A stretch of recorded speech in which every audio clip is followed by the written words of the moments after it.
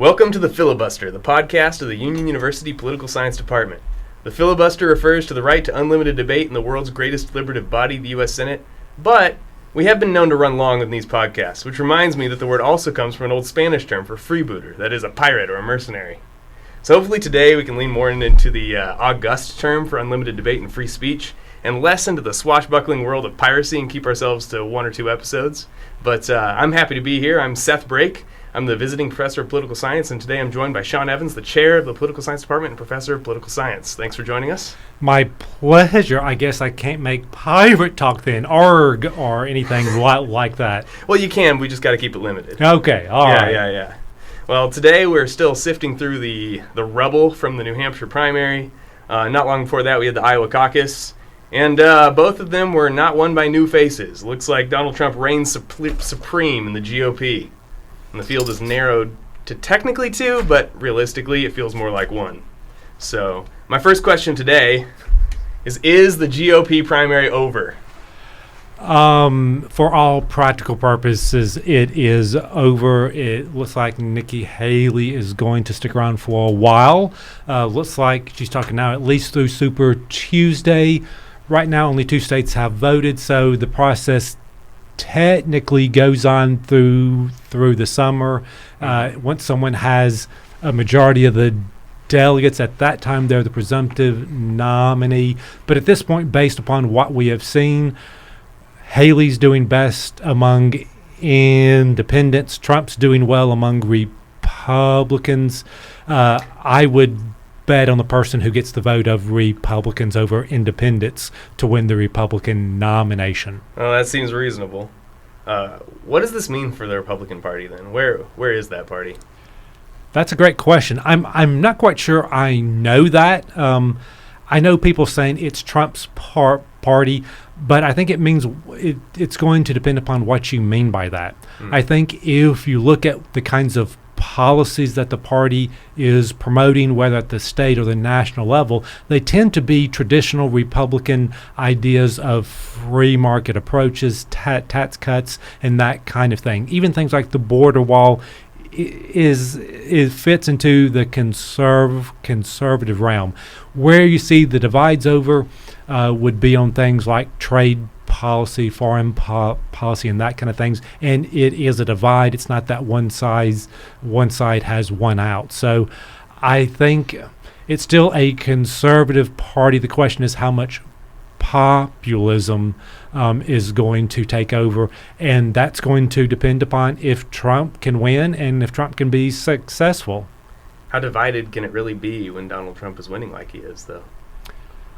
Well, it depends upon who we're looking at the and what I say is there's actually a good deal of division at both at the elite and at the mass level. At the elite level, there are quite a few Republicans who are what I would call Reagan Republicans who are holding their nose and supporting Trump. Right. They're doing it out of convenience. And I'm not quite sure how much of the populist policy has that much of a hold. Conservatives have been running as populists for decades. Trump's just doing it in a new way. I'm not quite sure I see a lot of Republicans adopting some of his populist ideas on trade, foreign policy, and stuff like that. If we look at the mass level, the big difference is that the masses are divided between a populist wing, what I'd say would be a more economically centrist, maybe even economically left-leaning, and a more libertarian economic view. But there's also a slight divide between social and cultural conservatives, in that social conservatives are more driven by moral issues. Abortion is more important to them. There's a lot of the working class people who are more cultural conservatives, and they like the cultural issues more, whether it deals with immigration, gender identity and those kinds, Right. or wokeism in general. Mhm. There's kind of a difference there. And you even see where Trump is kind of moderating on abortion on some level. And so you do see that divide. So what I'd say is the Republican Party is really a divided party, which is why, if you notice, there's not really a policy agenda Right. that the Republicans have in Congress. And let's be honest, Trump doesn't really have a policy agenda. And part of that is because, A, well, Trump doesn't think that much about policy, and two, there isn't a consensus on a lot of issues in the Republican Party. Is it fair to say that there's more consensus on Trump than there is on any of those policies that he may or may not support? I'm not sure I'd even go that far, because there's not a consensus on Trump. There is a politics of expediency on Trump. Right. Well, we're mostly going to talk about the Republicans today because they're the ones who are doing most of the interesting things. However, it's one thing that seems to not be happening, which is sort of interesting, is the Democratic primary. Well, what's going on there? Yeah, that's got to be very interesting in the sense to where, if you look at polls, 2/3 of Americans don't want Joe Biden to run for president, just like 60% of Americans don't want Trump to be president. But there's also close to half the party would like to see someone other than Biden as the nominee. A lot of this is because of his age, and let's be honest, he has not aged well in the presidency. He's slowing down, and he was slow in the first place. And I think part of it is, so I think that is a lot. There's also some policy churning that he's probably more moderate, while the base is more progressive, or at least the elite base is more progressive, even though he has pursued a lot of the progressive agenda. So, yeah, I mean, it's not really a race, and part of this is because, A, no one serious has challenged him. I'm sorry, but RFK Jr., Dean Phillips, and Marianne Williamson are not serious challenges to him. Isn't that a little mysterious then, if we have a president who's not very popular, even in his own party, and it's time for the primary, and he's unopposed by any serious candidates? Well, how do we resolve that? Yeah, What's going on? I think that is surprising. I think there are a couple of things working with this. One is the Trump thing. Biden is the Trump slayer, and that means a lot to the Democratic Party. When you combine that with, there's a belief that a challenge to a sitting incumbent, a serious challenge to a sitting incumbent, leads that party to lose. And if you believe Trump is an existential threat to the country, you don't want that to occur. The second aspect to this is, if you run and lose, and the party loses in November, you get the blame and you have no future. Third, if you're going after the king, you better take him down. And the question is, are you going to get the support from donors and activists and others to do that? The fact that he does not have a serious challenge indicates that people have been concerned about that. I mean, we've seen where California Governor Gavin Newsom has been running a shadow campaign, showing up debating DeSantis, trolling DeSantis and Trump, and showing up at all of these events. He's kind of trying to signal the party, I'm here if you need me. And I think there's a concern from some people is, okay, will Biden potentially decide before the convention not to run, in which case the choice is who replaces him. And the idea is most people don't have confidence in Vice President Harris, so the idea is Newsom saying, I'm available if needed. The understudy. Yes. Seems unlikely at this point that Biden would decide not to run, surely, right?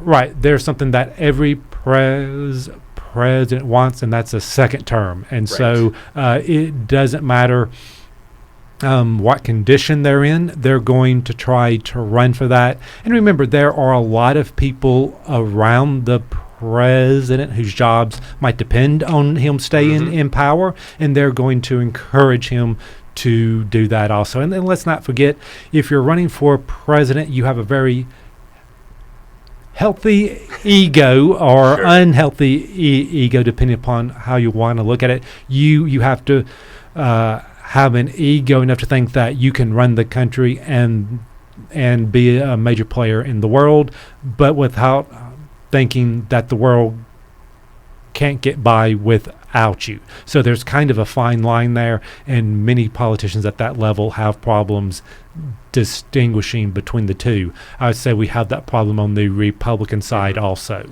So if both parties have what is sometimes derisively termed a coronation instead of a primary, is that bad for our system? Is that a bad sign that this is happening? Yes, I mean, I think it's a bad sign for the Republican Party because they're not debating what they should be debating, which is what is the future of the Republican Party. I mean, one good thing about potentially Haley going on is that she can bring up ideas and potentially do that. But if it's a coronation, will people be listening to her? Right. I think it's also bad in the sense that we have two potential octogenarians as president, and part of the question is, are they going to be at their best mentally and physically to serve for 4 years?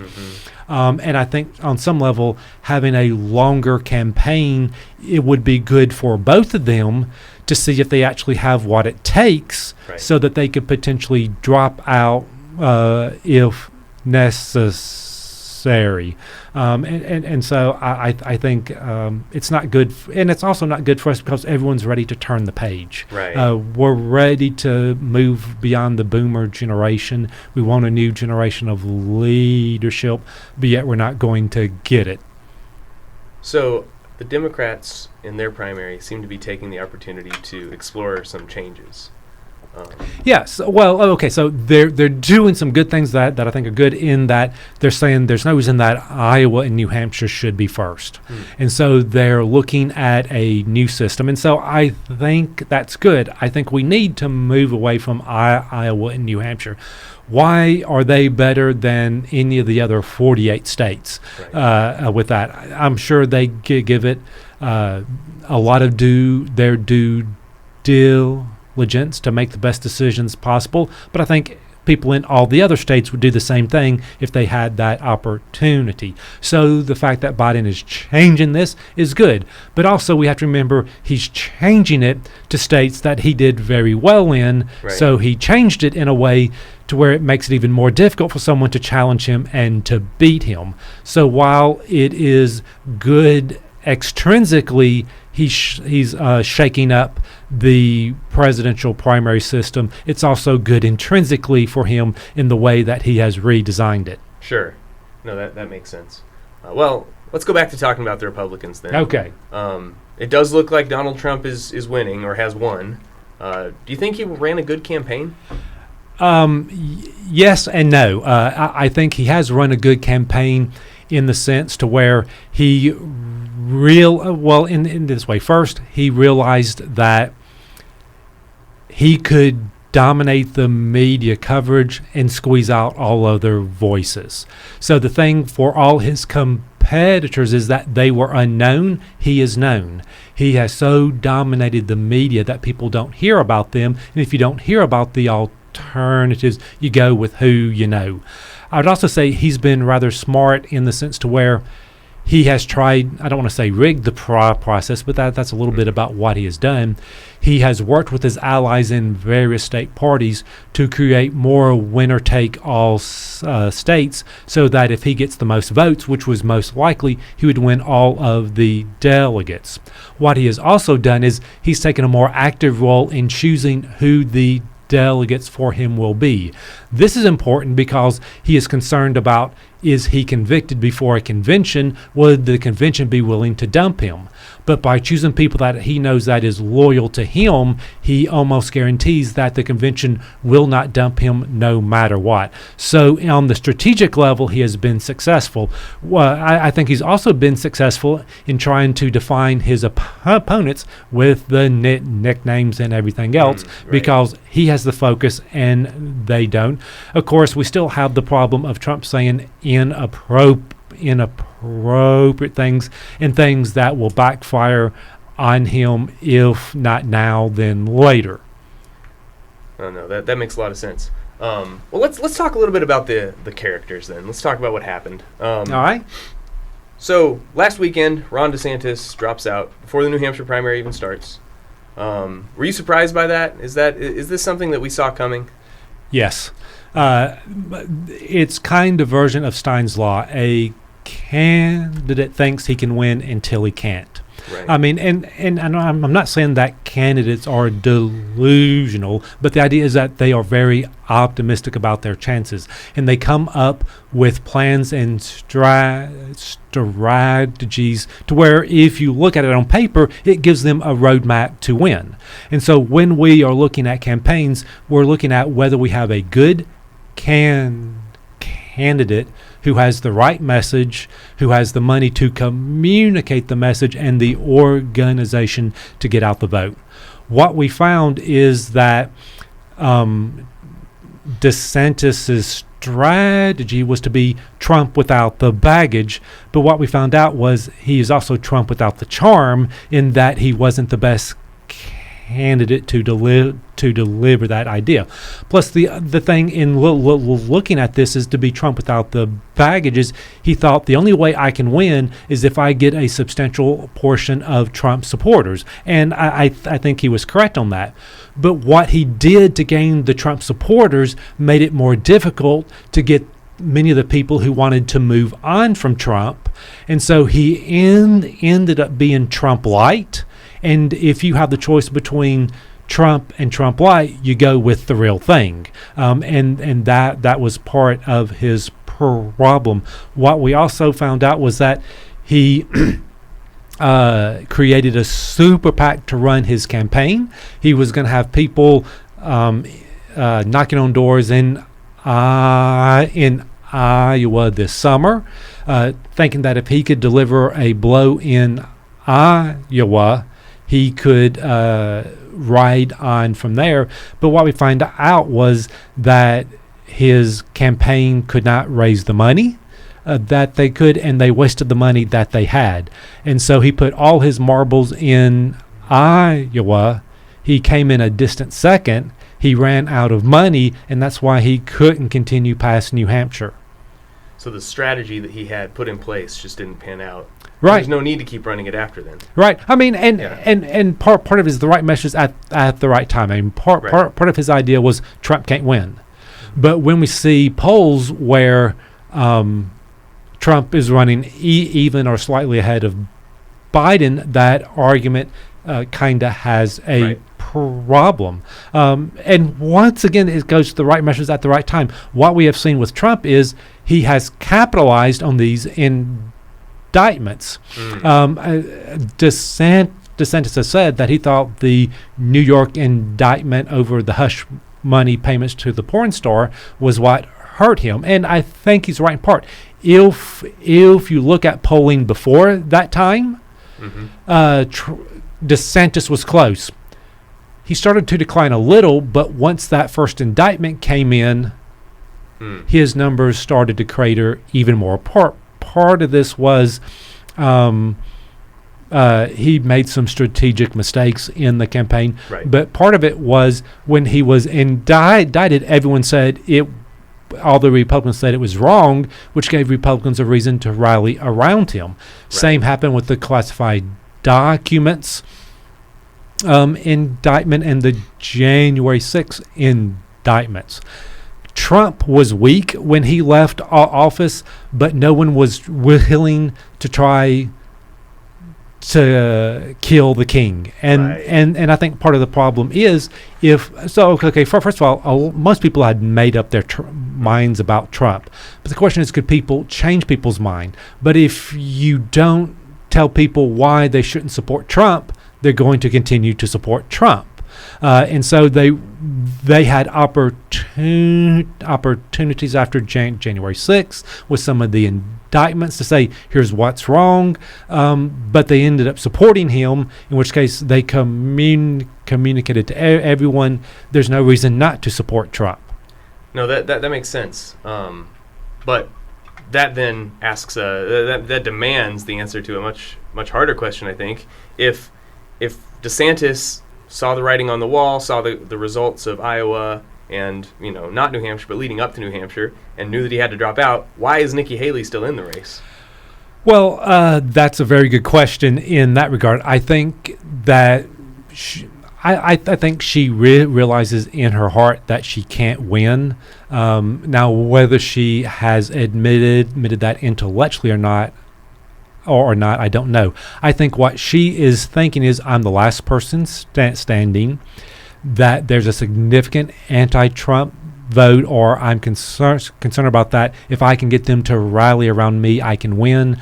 I think there's also an aspect of, if he gets convicted, am I the next one up? Because I'm the one who has the second most votes, and I'm guessing that's what she's thinking, because her chance of actually defeating Trump one-on-one is not great, because as we mentioned earlier, she gets most of her support from independents and less support from Republicans. So those are the two candidates that I've certainly thought the most about. But one of the interesting things about the Republican field is just how crowded it was in the early stages. Yeah. And now, to me, when I look at that, I see some of these candidates, people I've barely heard about, right? Some of them.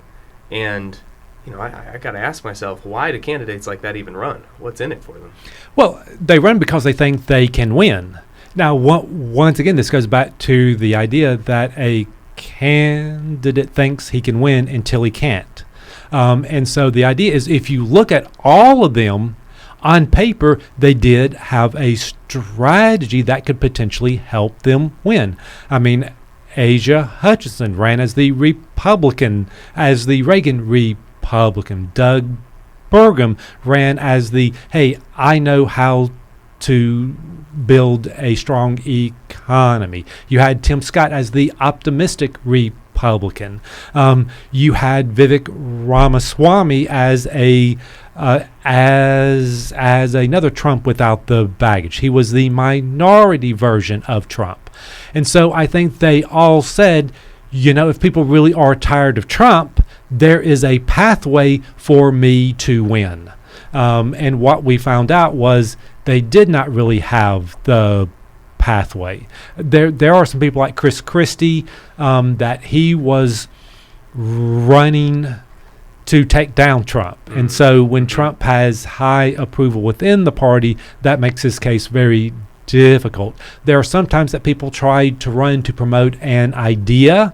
I don't really see many candidates running to promote an idea. They were running to win, in that regard. Or you got some I'd say like Vivek Ramaswamy was not running to win. He was running to be VP or running to be in the cabinet, because he ran more as Trump's wingman, trying to carry the load and attacking the people who criticize Trump. But if you're running on Trump is great, why should you vote for him? No, that makes sense. Do you think any of the candidates did change the conversation in the GOP by running? No. No, it's the same story. Yeah. Yeah. All right. Well, I mean, and part of this is because Trump dominated the field and the coverage from the very beginning. And the strongest candidates, DeSantis ran as a mini Trump, and Haley didn't have enough of an emphasis, enough of a message and money to communicate something else. And she's not really all that different from Trump on many different ways. No, that makes a lot of sense. We had this whole process where we had debates, we had these conversations, things like this, processes that Trump did not participate in, right? Why do you think Trump didn't show up to the debates? And was that the right call? Oh, absolutely. It was the right call, because if he showed up on the debates, more people would watch, and people could see there's someone who they might like better than him. So every time there was a debate, he did something on another channel so people would not watch it. Or after the first debate, which was going to have the most viewers, he made sure he turned himself in after the Georgia indictment 2 days later, so the media coverage would shift from the debate to him. And so basically anytime someone could try to get a foothold, he did something to make sure it would not last. No, that makes sense. Now, having said that, I do think the debates were important in that it helped winnow the field. And so that was important. Remember, we had a whole bunch of people running, but what we found out was that someone like Nikki Haley made the most of the debate experience. If you saw what the polls showed before and after, people had much higher opinions of her, which made people more open to her. And that basically helped her consolidate the anybody but Trump vote based on her performance in those things. Because, and most people would say, at least in the first two, she was the clear winner to a lot of people. And so that helped her raise money, and that helped people consider her. DeSantis did okay, but not many people changed their minds about him one way or the other. And really not many people changed their minds about Trump who watched that. You saw that Vivek Ramaswamy got a lot of attention after the first debate, but what we found out was his negatives went through the roof every time he went in a debate. And so he got more coverage, but more negative coverage, which I think hurt him. Well, moving on from the primaries, then I suppose we have to look forward. So now that we know who it's probably going to be in both parties, and there were no big surprises, what do we expect are going to be the biggest issues in the presidential campaign? I think it's the ones we've already seen. It's the economy, it's abortion, it is immigration. Those are the things that top of most people's concerns, and I don't see anything really rising up to change that. That doesn't mean a new issue will not arise, but I think it is that there would have to be some kind of issue. I mean, there's Ukraine, there's Israel, but that's not really capturing the public's attention like immigration, abortion, and the economy are.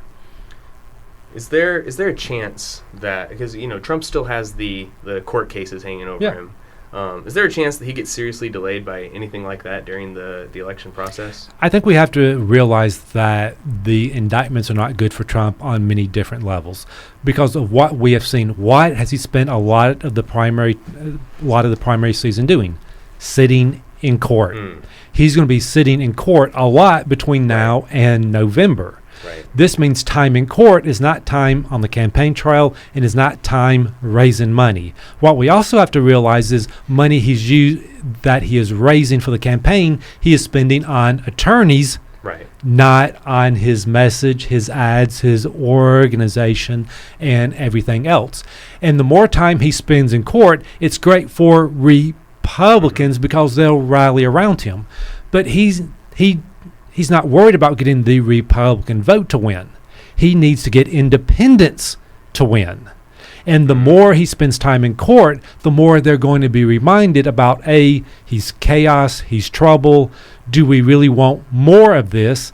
And if he is convicted, then that's going to change a lot of things too, because polling is showing that a significant number of independents and a not insignificant number of Republicans would be less likely to vote for him in that instance. So Trump is really a high-risk choice for the Republican Party to make when really there were people who had less baggage, would have many of the same policies, who if they were nominated, I would say would probably win easily. Trump is at best 50-50, and even that I'm not too sure about. Even if you look at polling right now, he really doesn't get much above 46%, which is the percent of the vote he got in 2016 and 2020. So he's not gaining new votes. The question is, will Biden be able to get the people who voted for him in 2020 vote for him again, and will they turn out in the numbers he needs to win? So it sort of looks like, if all things remain the same, we're headed for a very similar election to the one that we had last time, because some of the same issues are on the ballot, it's the same two candidates, and they have the same strengths and weaknesses. Yes. Well, I would say Biden has more weaknesses than he did in 2020, because when you're not president, people can see you as who they want to see you. They see him for who he is now, and he has a 4-year record to defend, and that's why his polling is in the 30s, Wow. which isn't great. All right. Well, it'll be interesting to see how that shapes out then, and we'll see what things could pop up to make it different, or maybe we'll just watch the same process again. Yeah, same. Yeah, I don't really have a good response to this yet. Yeah. It feels like the old Batman show. We're coming up with the same. What was it? Same bat time, same bat channel. Yes, same bat time, same bat channel. Thanks for remembering that. Though I'm kind of impressed you even I've watched the Batman show. That I you've know seen the the old Batman show. I know the classics. Some good 1960s TV. Not that I was alive to see it live. Well, then we both have the same retrospective. Yeah, we both perspective with on that. it, Yeah. Well, Okay. let's hope that it's not the same bat time, same bat channel with presidential campaigns forever, but maybe it is. Well, I think due to age, it will not be the same options in 2028. Well, we'll see. Things could change there too. No, thank you so much for your thoughts on this, and I've enjoyed our conversation. Do you have any parting comments for us? My response is we can do better and we deserve better. It's unfortunate that we're not. All right. Well, with that, I'm going to yield back the remainder of my time as a more like a senator than a pirate. Have a good day. All right. Arg.